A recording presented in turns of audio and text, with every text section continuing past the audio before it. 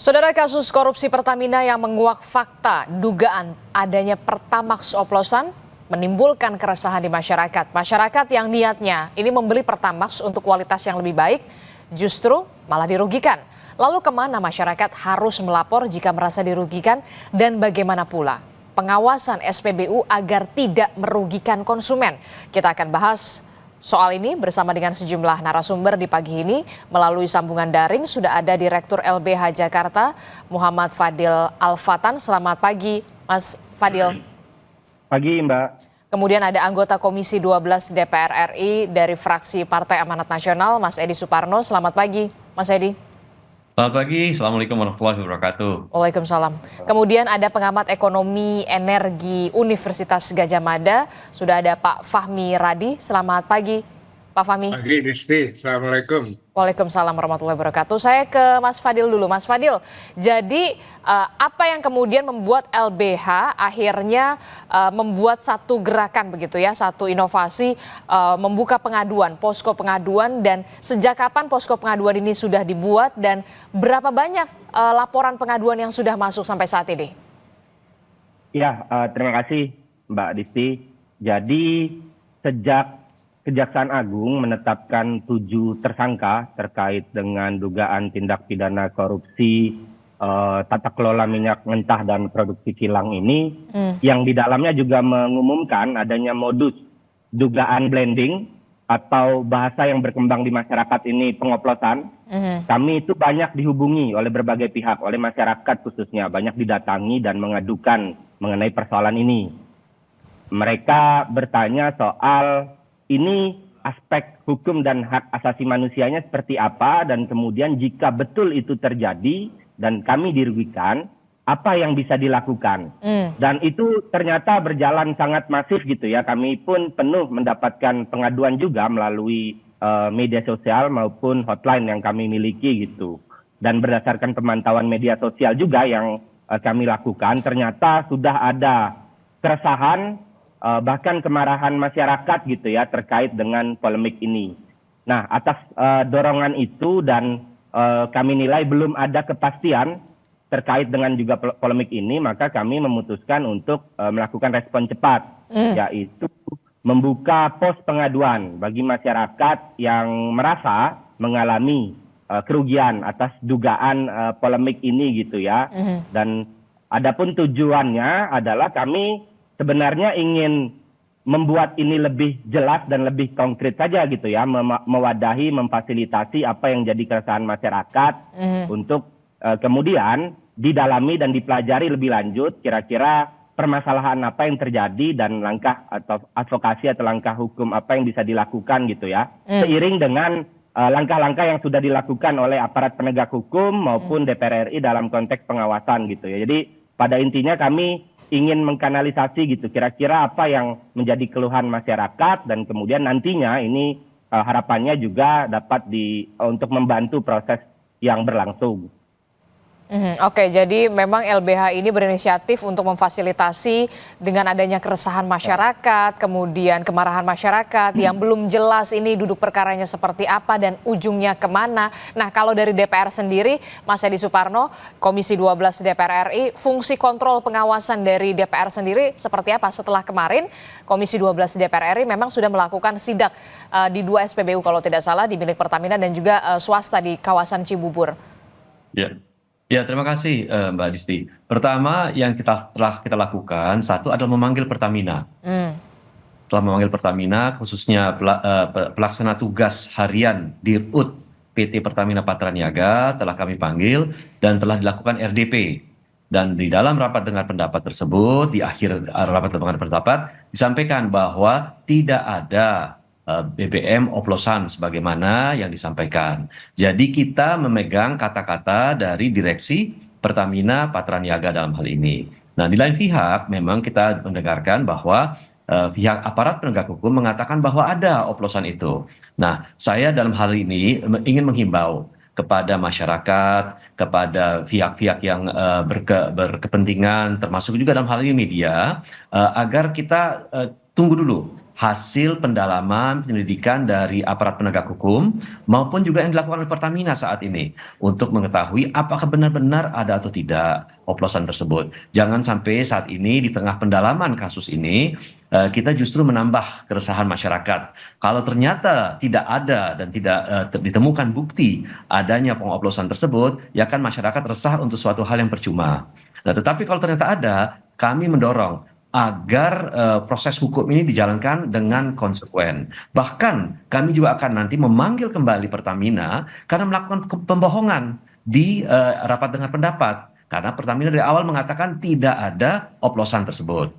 Nah, memang kemarin dalam melakukan sidak kita memang belum menemukan adanya hal tersebut. Memang kemarin Lei Migas dilibatkan untuk memeriksa kadar dari oktan dari BBM yang ada. Tetapi itu kan adalah sidak random ya. Bisa saja kalaupun ada BBM oplosan bisa di satu tempat ada, tempat lain tidak ada. Mungkin kebetulan kita datang di tempat yang tidak ada oplosan. Andai kata, kembali lagi saya garis bawahi, andai kata ada BBM oplosan tersebut. Tetapi kembali lagi kami katakan bahwa DPR RI telah melaksanakan fungsi pengawasannya. Tetapi dalam hal ini saya juga ingin mengatakan fungsi pengawasan tidak hanya DPR RI saja.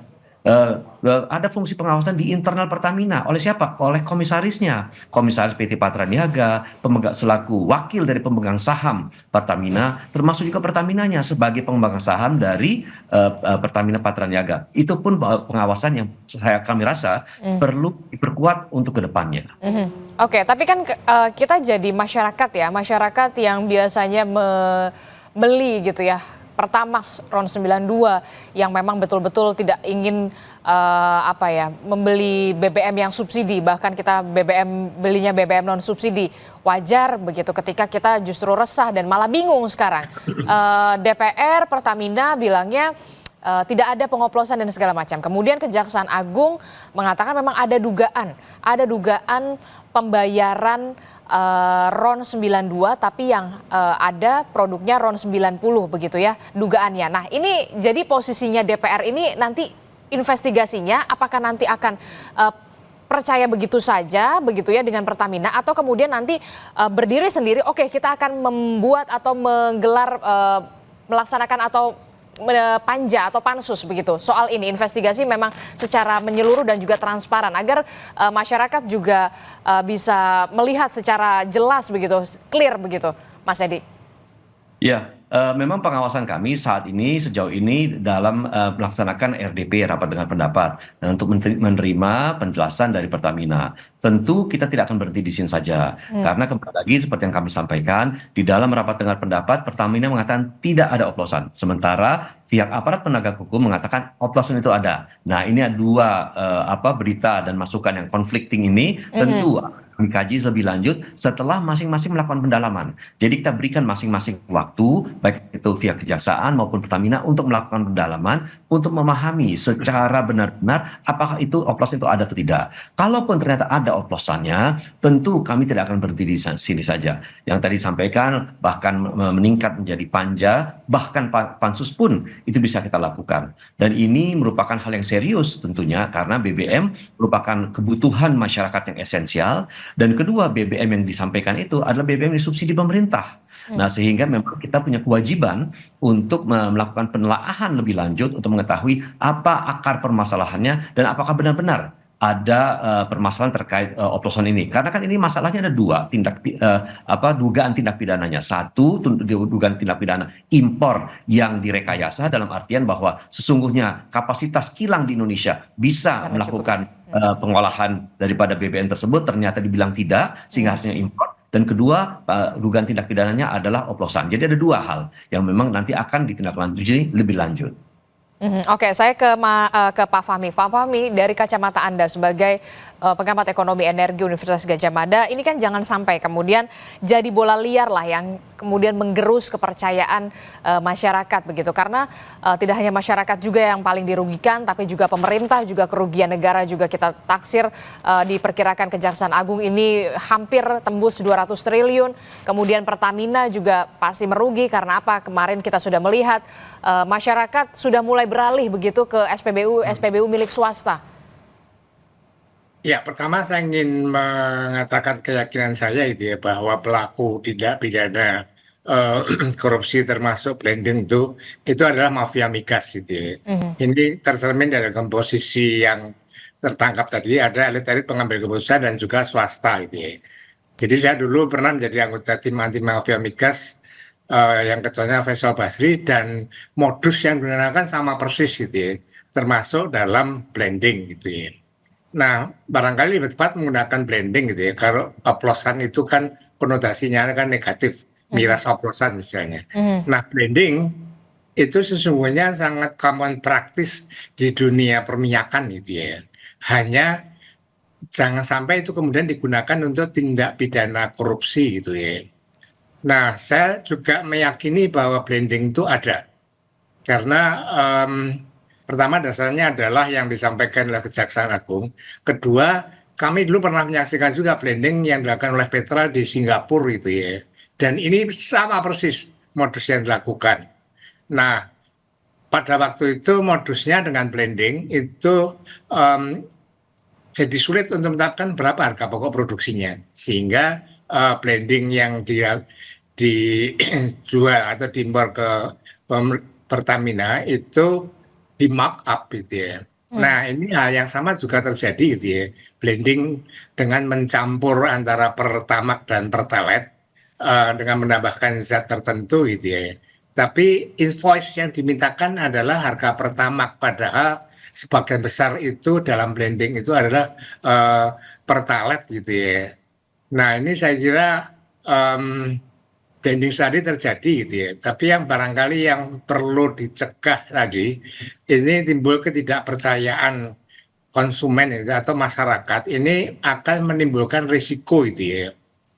Nah, risiko yang pertama, tadi kata Mbak Disti bahwa ada potensi konsumen Pertamax dari SPBU Pertamina dia akan pindah ke asing.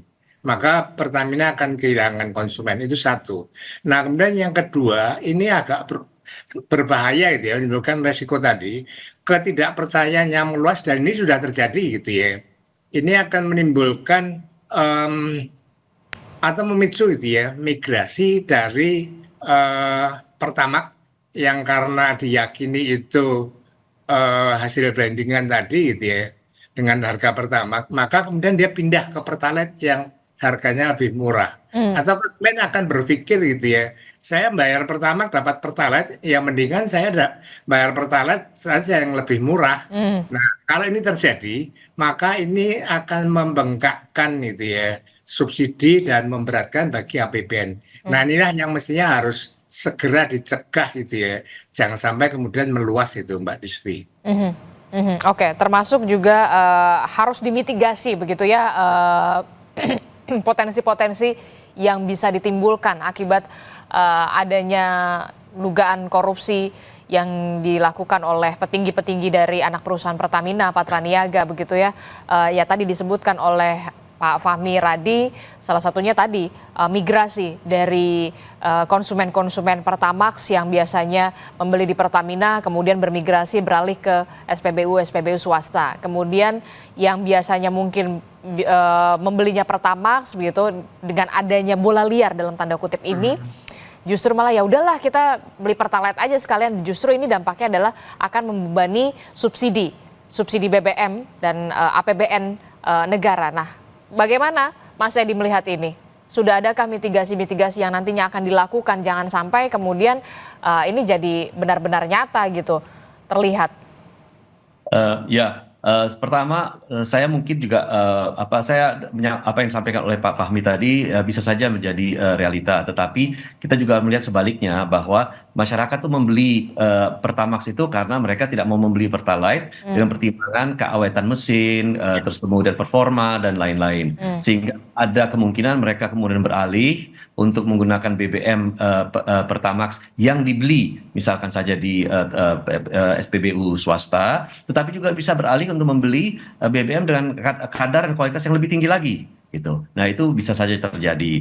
Nah, tetapi bagi saya yang paling penting saat ini adalah krisis kredibilitas dan kepercayaan masyarakat terhadap Pertamina. Sehingga masyarakat jangan sampai nanti ragu untuk membeli BBM dan produk-produk lainnya dari Pertamina. Karena Pertamina tidak hanya mengeluarkan produk BBM saja, tetapi juga produk lainnya dalam rangka untuk kinerja mesin, untuk perawatan mobil, dan lain-lain. Nah, oleh karena itu saya merasa perlu adanya pernyataan, terutama pernyataan yang menenangkan masyarakat, klarifikasi dari pimpinan tertinggi Pertamina. Sejauh ini kan kita melihat bahwa pernyataan itu datang dari juru bicara, dari humas, dan lain-lain. Tetapi kami mendorong agar pimpinan tertinggi Pertamina, Dirut, mungkin juga Dirut bersama Komisaris Utama memberikan pernyataan kepada masyarakat agar kredibilitas dan reputasi Pertamina itu tidak goyah lagi.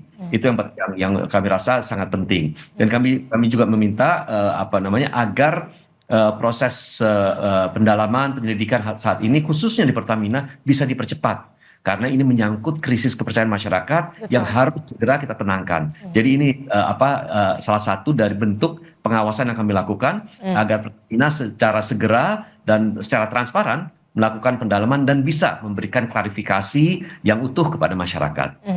Oke, kalau DPR sendiri mendorong Dirut Pertamina, komisaris dan juga jajaran petinggi-petinggi Pertamina harus segera kemudian memberikan klarifikasi soal ini begitu ya. Jangan sampai kemudian menjadi bola liar yang semakin panas begitu ya Mas Edi. Tapi kemudian pertanyaan selanjutnya Mas Fadil, apakah ini cukup begitu ketika klarifikasi dilakukan oleh semua jajaran petinggi dari Pertamina untuk bisa menenangkan, mengembalikan sedikit demi sedikit kepercayaan ataupun keresahan dari masyarakat ini? Menurut Anda Mas Fadil? Ya, saya menyoroti tadi apa yang sudah disampaikan Pak Fahmi dan Pak Edi gitu ya, bahwa terlepas dari betul atau tidaknya oplosan itu dilakukan, tapi nyatanya ini adalah tindak pidana korupsi, adalah mega korupsi dengan nilai yang sangat fantastis.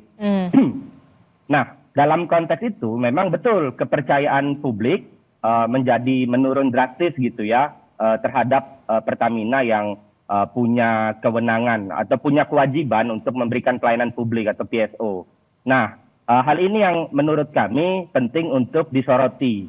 Dan dalam konteks ini juga menurut kami sulit bagi Pertamina untuk kemudian tadi Pak Edi sudah sampaikan ya, untuk menjelaskan hal-hal seperti itu. Karena kalau kita lihat di ruang publik, bahkan di dalam pos pengaduan itu kami tanya, mekanisme pengawasan publik semacam apa yang kira-kira diperlukan agar kejadian serupa tidak berulang.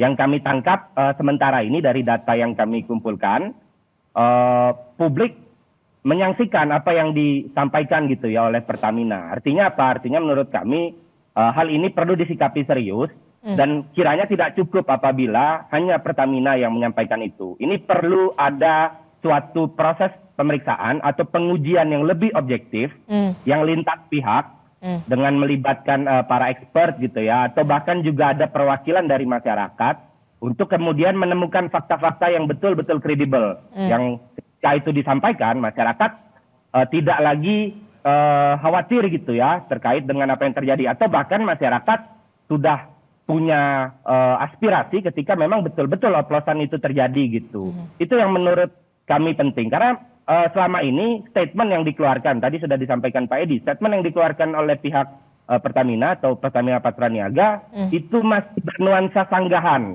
sehingga publik jadi antipati.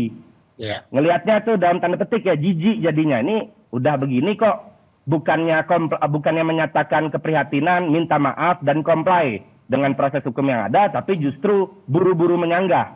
Itu yang menurut kami justru agak sulit nantinya ke depan Pertamina untuk memulihkan kembali kepercayaan publik. Jadi menurut kami ini harus diperiksa oleh satu tim yang terjamin dan teruji integritas dan independensinya untuk kemudian menemukan betul-betul fakta yang kredibel dan masyarakat nantinya bisa menyikapi apabila oplosan itu benar terjadi atau tidak.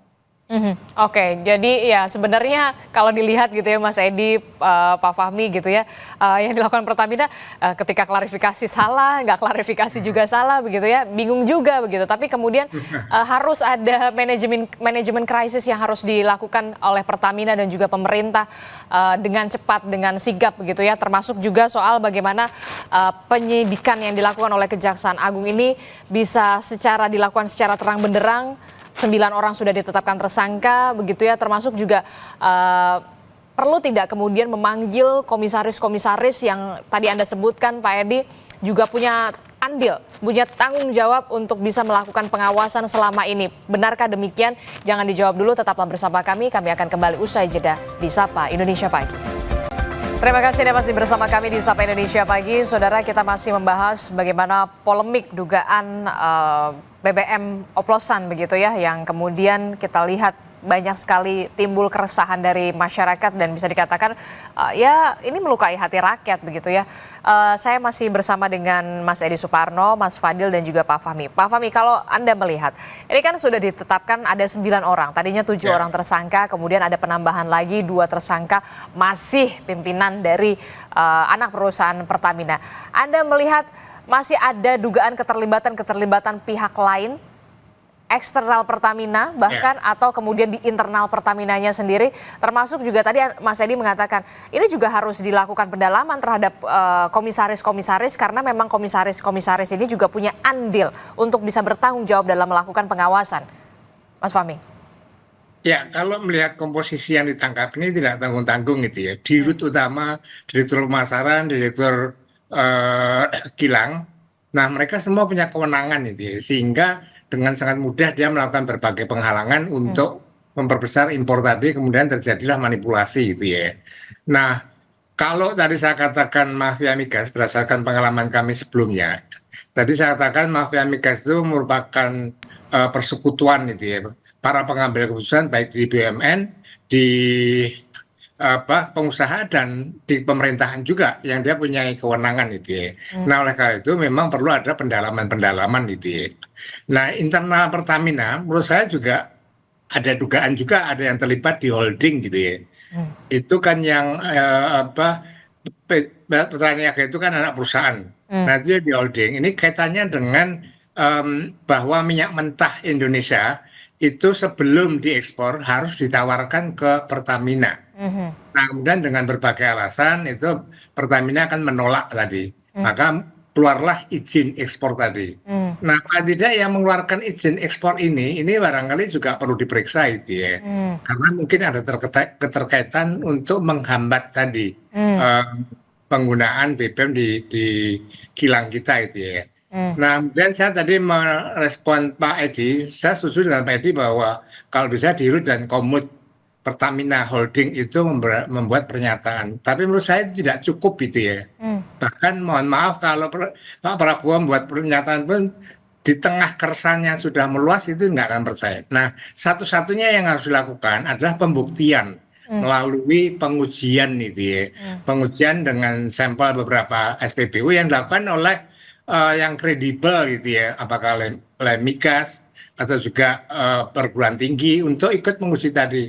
Nah, kalau yang menguji tadi atau yang sidak itu anggota DPR saya kira kurang tepat juga karena bukan domain dan keahlian dalam pengujian tadi.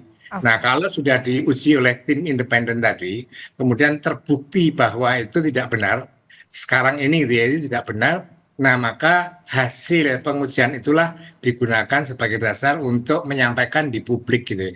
Tapi kalau benar, misalnya kalau benar gitu ya, dalam rangka menjaga quality control tadi, maka Pertamina harus menarik seluruh Pertamax yang ada di SPBU dan menggantinya dengan yang asli gitu ya. Nah, itu salah satu cara untuk mengembalikan itu ya kepercayaan konsumen dan menghilangkan keresahan yang jangan sampai ini terus berlanjut gitu Mbak Disti. Oke, berarti juga apakah nanti DPR khususnya Komisi 12 DPR yang bermitra dengan Pertamina juga akan ada rencana untuk ya kemarin kan memang sebenarnya agendanya adalah soal ini ya kalau tidak salah kepastian pemasokan BBM ya, pasokan BBM jelang Idul Fitri dan juga Ramadan ya Mas Edi ya. Kemudian pas sekali lagi ada masalah ini. Tapi secara khusus apakah nanti Komisi 12 DPR akan memanggil tidak hanya Patraniaga, Pertamina bahkan sampai ke komisarisnya untuk bisa memberikan penjelasan yang seterang-terangnya, yang sejelas-jelasnya supaya bisa menjawab keresahan dari masyarakat? Ya, pertama kami berikan dulu waktu kepada Pertamina untuk melakukan penyelidikan di internal mereka. Jadi setelah nanti komisaris dari Pertamina Patraniaga, komisaris Pertamina Kilang dan Pertamina Shipping itu melakukan penyelidikan di internalnya, termasuk juga Pertamina Holding. Nah, saya kira itu juga merupakan bagian dari upaya kita untuk melakukan pendalaman dan memahami sesungguhnya apa permasalahan yang ada di Pertamina. Jadi saya kira kita berikan waktu agar proses itu bisa berjalan. Berapa lama? Kami tidak mematok waktu, tetapi kami ingin segera. Karena apa? Karena masyarakat menunggu masukan dari Pertamina, dan saya kira ini merupakan kewajiban dari Pertamina untuk memberikan pernyataan dalam waktu dekat untuk meredam berbagai isu, berbagai keresahan yang ada dalam masyarakat.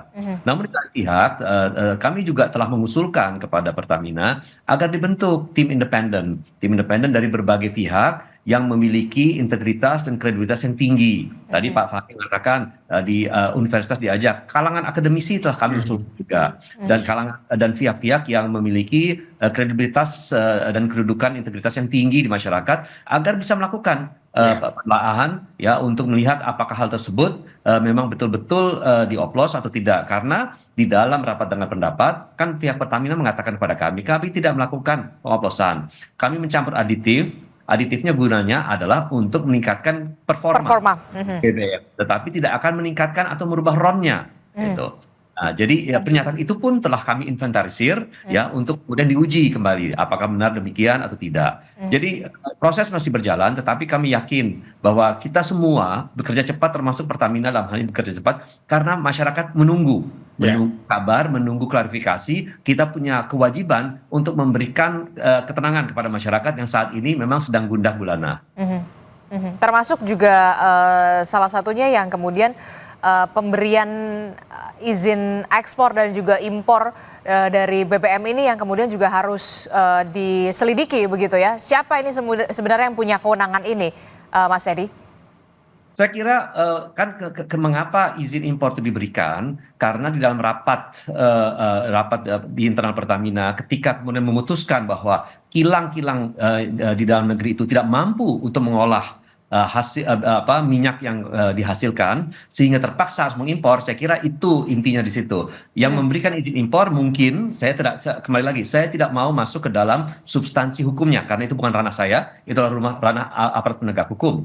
Tetapi bagi saya yang saya lihat fakta yang ada bahwa kenapa dilakukan impor, karena memang ada pernyataan yang dugaan pernyataan dari para tersangka tersebut bahwa mereka mengatakan tidak ada kemampuan kapasitas kilang di dalam negeri yang mampu untuk mengolah itu, sehingga akhirnya harus ada tambahan BBM dari sumber impor.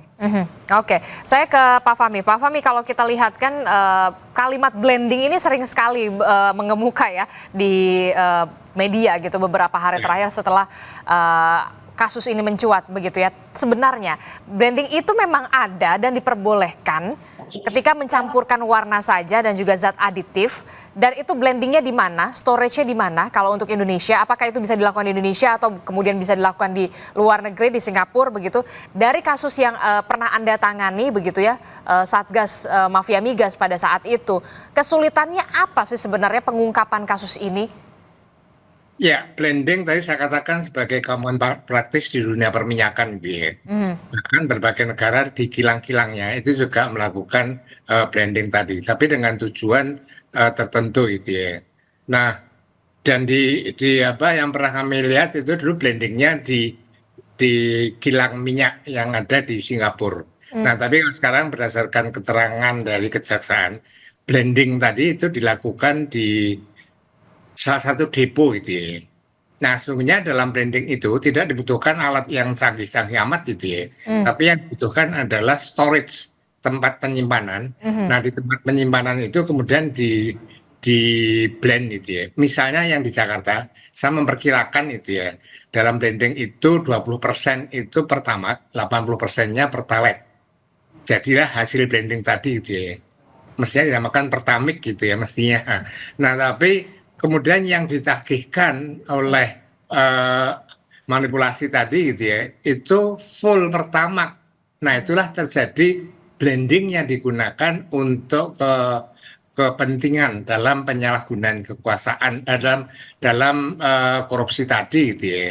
Nah, kemudian yang kedua, blending yang dilakukan di Jakarta ini tujuannya yang dicapai kan upgrade gitu ya dari RON 90 ke RON 92. Meskipun saya yakin itu tidak perfect gitu ya. Nah, ini kemudian dijual dengan branding RON 92 dan harganya adalah harga Pertamax. Nah, ini kan bentuk penipuan terhadap rakyat gitu ya. Saya kira nanti LBH itu dijajaki juga kalau banyak yang masuk keluar tadi, mungkin bisa juga class action yang harus dilakukan gitu ya. Karena rakyat dirugikan dengan penipuan branding pertama, tapi ternyata Pertalite Plus gitu ya. Ini barangkali yang harus dilakukan tadi. Jadi sekali lagi blending itu common practice yang yang biasa dilakukan di dunia minyak, tetapi masalahnya itu kemudian dibawa untuk tujuan pidana tadi gitu ya. Pertamina juga seringkali melakukan branding. Misalnya yang dilakukan B40 di biodiesel itu percampuran antara solar dengan minyak sawit, itu di blending tambah zat tertentu jadilah B40. Jadi hal biasa kalau Pertamina menyangkal bahwa tidak punya peralatan untuk blending, ini bohong juga gitu ya. Jadi menurut saya lebih baik itu ya Pertamina sudah mengakhiri pernyataan-pernyataan yang menurut saya bohong gitu ya. Nah, kemudian lebih baik lakukan pengujian, buktikan bahwa yang beredar sekarang ini adalah yang asli. Saya perkirakan juga itu ya. Saya percaya brandingnya ada, tapi keterangan Jaksa Agung kan mengatakan bahwa ini periodenya sampai 2023. Mungkin yang 2024 dan 2025 ini sudah nggak blending lagi, bisa juga. Nah, itulah yang kemudian harus dibuktikan dengan menggunakan tim yang independen. Nah, hasil pengujian itulah digunakan dasar bagi Pertamina untuk menyampaikan ke masyarakat. Kalau sekarang hanya menyangkal dan terjadi sangka menyangkal dengan Kejaksaan Agung ini, saya kira justru menambah ketidakpercayaan rakyat gitu ya terhadap Pertamina tadi. Nah, itu yang barangkali harus diakhiri dan segera aja lakukan pengujian. Saya kira bagi Pertamina nggak sulit untuk melakukan pengujian tadi gitu ya. Hanya apakah punya kemauan untuk melakukan itu atau tidak itu. Tapi saya kira demi masyarakat dan demi tidak timbulnya resiko yang saya sebutkan tadi itu ya, resiko bahwa konsumen akan pindah ke SPBU asing, dan yang kedua rakyat akan pindah dari pertama ke Pertalite. Ini kan menimbulkan masalah baru gitu ya. Jadi saya kira DPR barangkali bisa mendorong juga, ayo Pertamina segera lakukan pengujian tadi untuk membuktikan ini. Barangkali itu juga Pak Edi.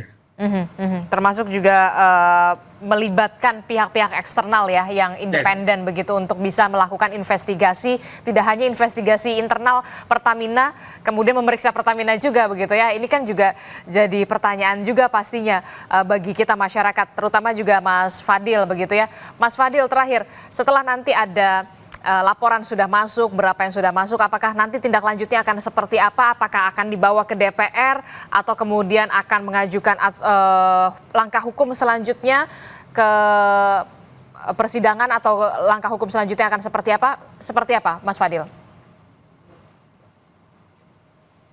Mas Fadil? Ya. Prinsip utama dari pos pengaduan ini adalah kepentingan masyarakat atau kepentingan publik. Sehingga kami ingin seluruh pihak yang ada meletakkan kepentingan masyarakat sebagai kepentingan yang paling utama di sini. Karena sebagaimana kita tahu, telah diumumkan juga oleh Kejaksaan Agung, kerugian itu kan ditaksir 193,7 triliun hanya dalam 1 tahun di rentang 2018 sampai 2023. Saya nggak tahu kenapa tidak diakumulasi dan lain-lain, tapi intinya kan kalkulator kita nggak cukup untuk menghitung itu gitu ya. Artinya apa? Artinya ini adalah suatu pengkhianatan yang betul-betul menjijikan gitu ya kepada rakyat, sehingga kepentingan rakyat, kepentingan masyarakat itu harus diletakkan pada titik yang paling utama. Karena selama ini kan diskusinya tidak meletakkan kepentingan rakyat sebagai konsumen utama ya yang mengalami kerugian sebagai suatu hal yang harus dipandang sebagai yang paling utama. Atau consumer loss itu belum betul-betul dihitung dan dipertimbangkan. Itu yang menurut kami penting. Nah, adanya pos pengaduan ini juga pada intinya kami ingin mempelajari lebih lanjut. Tadi Pak Fahmi sudah sampaikan gitu ya, ada opsi berupa gugatan gitu, class action atau gugatan warga negara, citizen lawsuit. Tapi kami tentu menempatkan itu sebagai last resort gitu ya. Kalau memang Pertamina dapat nantinya terbukti melakukan itu dan Pertamina dapat hidayah, kemudian melakukan pemulihan terhadap kerugian masyarakat, ya ngapain juga kita gugat. Tapi kalau memang tidak dilakukan itu, ya apa boleh buat, itu yang harus kita lakukan, dan kami LBH Jakarta siap mendampingi masyarakat apabila ada tindakan-tindakan yang abai terhadap hak masyarakat. Itu yang menurut kami penting, sehingga kami perlu untuk memperdalam ini gitu ya melalui pos pengaduan. Jadi pengaduan ini sebenarnya pengaduan biasa, kami Senin sampai Kamis terima pengaduan gitu.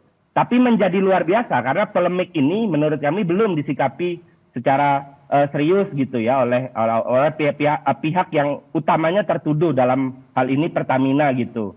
Ya memang kita menunggu. Tapi begini tadi, sebagaimana sudah disampaikan, ketika hampir seluruh direksi Pertamina Patraniaga terjangkit perilaku koruptif ini, ya memang sulit juga memaksa masyarakat untuk percaya gitu. Jadi kami sepakat untuk ini diuji secara independen gitu ya, dalam proses pengujian yang objektif.